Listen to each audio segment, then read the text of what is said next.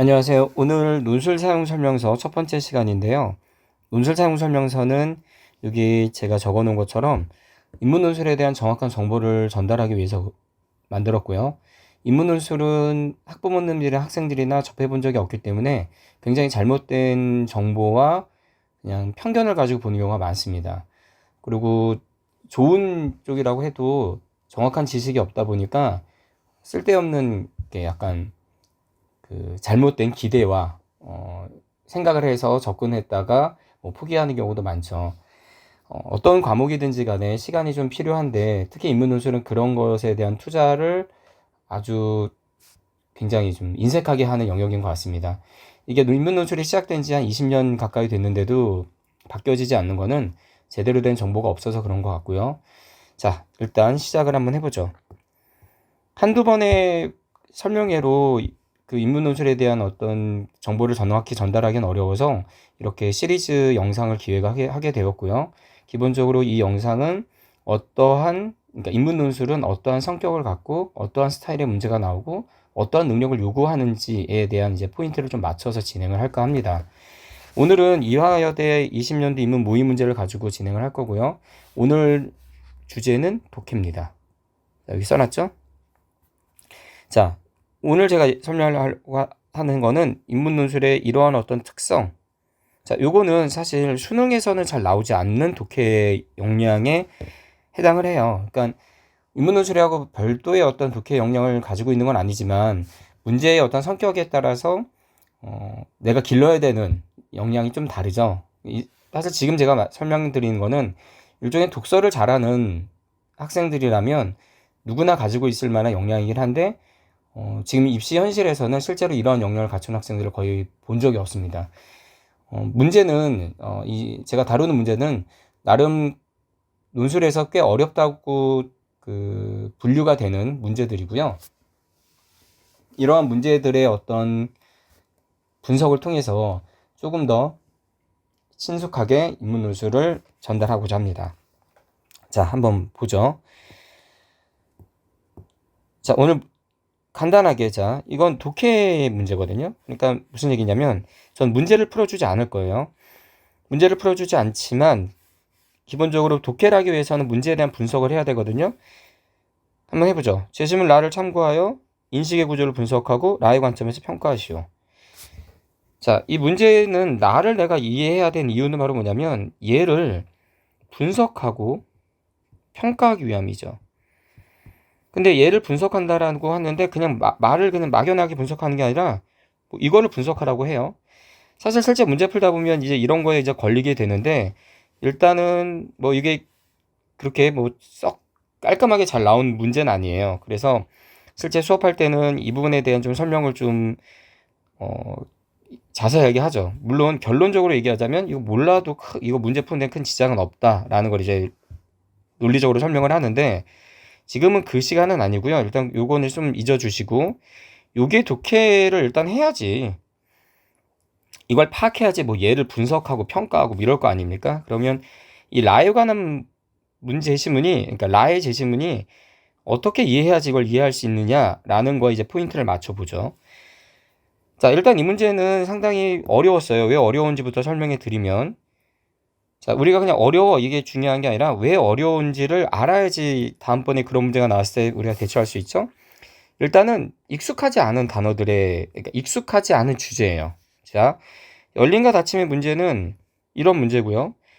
우리가 새로운 개체를 어떻게 하는 문제죠. 그러니까 열림과 닫힘이라는 게 막연하게 우리는 대충 예상은 되는데 나라는 개체들이 우리를 이루어가는 방식이 뭔지도 잘 모르겠고 우리가 새로운 개체를 어떻게 맞이하냐도 굉장히 추상적이죠.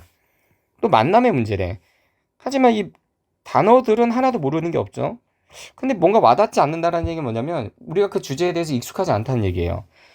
우리의 문제는 개체들 간의 만남 때문에 생기는 문제인데 그러한 개체는 개체일 수고 사회일 수도 있고 개인을 포함하여 뭐 이렇게 했어요. 소들 사이의 만남은 열림과 닫힘의 문제를 야기한다. 자, 지금까지 읽어보면 어때요? 별로 이렇게 정리가 잘 되시나요? 중요한 것만 뽑아본다면 얘죠. 예.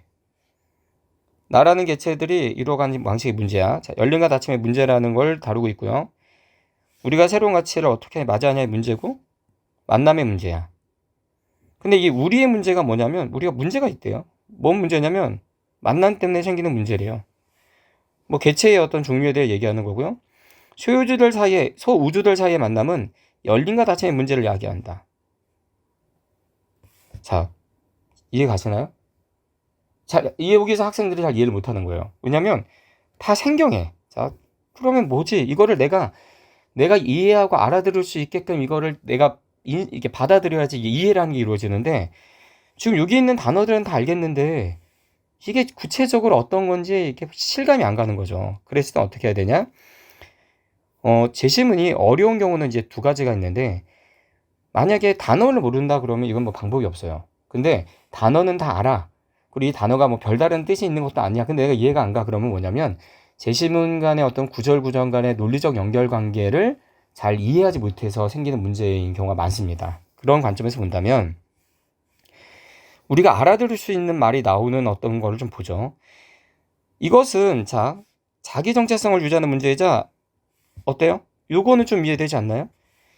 열림과 닫힘의 문제가 결국은 이렇게 정리가 되는 거예요.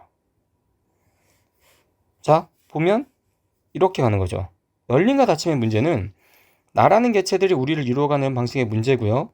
우리가 새로운 개체를 어떻게 맞이하냐 문제인데 우리의 문제는 개체들 간의 만남 때문에 생기는 문제를 이건 그냥 봐도 지금 봐도 잘 이해가 안 가는데 그게 어떤 문제냐면요.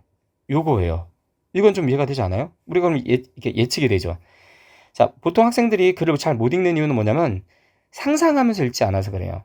내가 이게 무슨 문제냐라는 거를 글자 안에서만 놀다가 문제가 생기는 건데 우리는 한번 상상을 해보죠. 자기 정체성을 유지하는 문제이자 타자를 인정하고 수용하는 문제가 열림과 닫힘이야. 아, 그러면 열림은 뭐죠? 자기 정체성을 유지하면서 동시에 타자를 인정하고 수용하면서 만나는 거죠.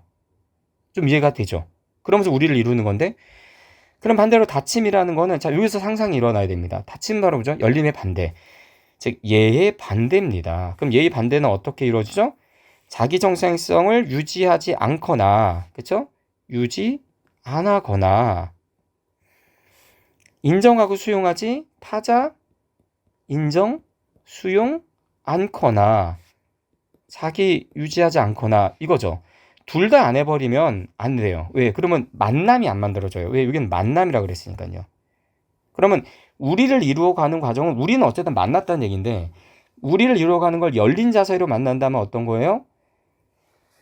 나도 정체성이 유지되고 타인도 인정하면서 우리가 만들어지는 건데 만약에 닫힘이라고 한다면 나만 존재하고 타인의 개성을 인정하지 않거나 나는 타인의 개성에 속해인 거죠. 즉 내가 곧 우리가 되거나 아니면 나는 사라진 채 우리에 흡수되는 그럼 어때요? 이해가 좀 되지 않나요?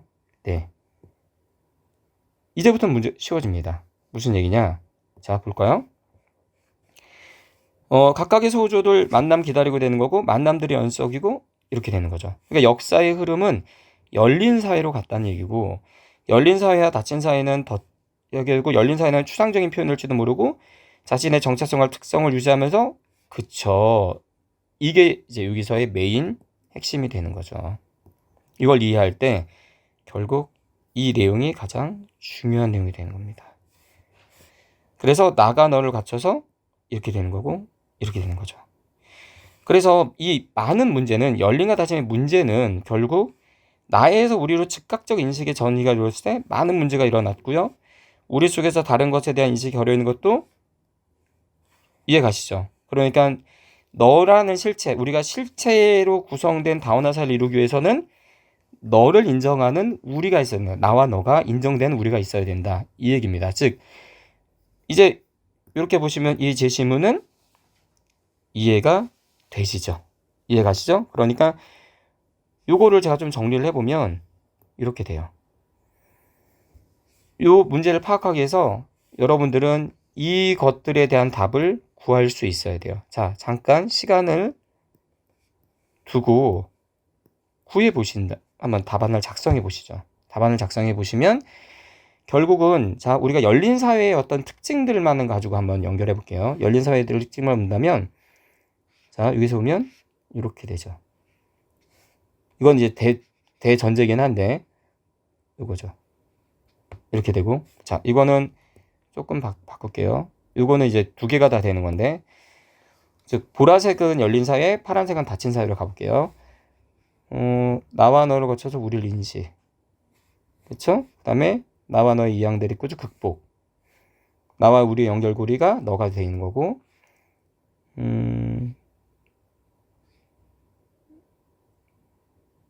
이렇게 되는 거죠. 근데 만약에 닫힌 사회는 어떤 거냐면, 자, 요게 이제 이루어졌고요. 그 다음에 우리는 열과고, 그게 아니라 이항 대립 구조. 연결고리가 없고 의식 없이 인식이 전이 이루어졌을 때, 나와 다른 것에 대한 인식이 결여되는 것. 이해가죠? 나와 우리를 동일시 동시에 이거 닫힌 사회고요. 너에 대한 의식이 개입이 되지 않는 거. 그래서 얘는 추상적. 물론 이거는 꼭 뭐 그걸로 연결하기는 좀 그러겠네요. 자, 이해 가시죠? 아이고. 이해 가시죠? 그러면 여기에 대한 답을 쓸 수 있을 겁니다. 자, 제가 답을 써봤는데요.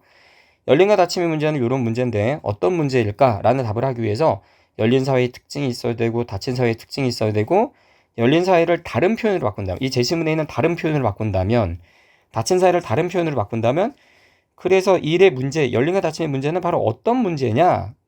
자, 이렇게 답이 나올 수 있겠죠. 그러니까 오늘 제가 전달하려고 하는 거는, 자, 논술식 독해는 뭐냐?